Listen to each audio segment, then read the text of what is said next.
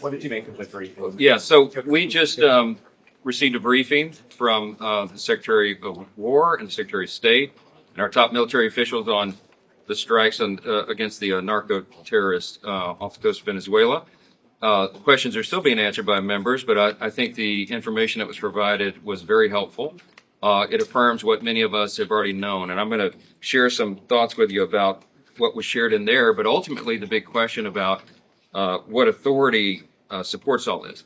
The President of the United States has directed these actions consistent with his responsibility, and that responsibility is clear: to protect Americans and United States interests abroad and in furtherance of the United States national security and foreign policy interests, pursuant to his constitutional authority. He has that authority as Commander-in-Chief and as the Chief Executive to conduct foreign relations. As the Commander-in-Chief, President Trump has both the authority and the obligation to defend our homeland, and I think that's beyond dispute. Pursuant to this constitutional authority and the law of armed conflict, the President determined that the United States is in non-international armed conflict. It's NIAC, as the acronym is known. And that is with designated terrorist organizations and their affiliates who have evolved into complex structures with financial means and parliamentary capabilities needed to operate with impunity, engage in violence and terrorism. That presents a clear and present danger to the security of America and threaten other nations in our hemisphere. I want to make this point very clear. Over the last 4 years alone, America has lost more lives to drug overdoses and other drug-related deaths than we did to the enemy actions in World War II, Korea, Vietnam, Afghanistan, and Iraq combined. This is a serious problem that a serious administration is addressing. These are highly organized and sophisticated narco-terrorist organizations, and they operate, as we said, with impunity. And the President has determined that these cartels constitute the legally defined groups that allow us to take these actions.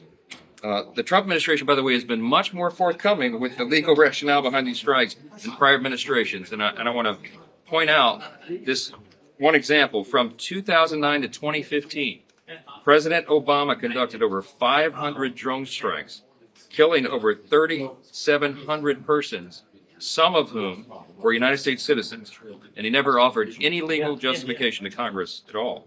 The Department of War has now briefed Congress more than 20 times in bipartisan classified settings on these strikes.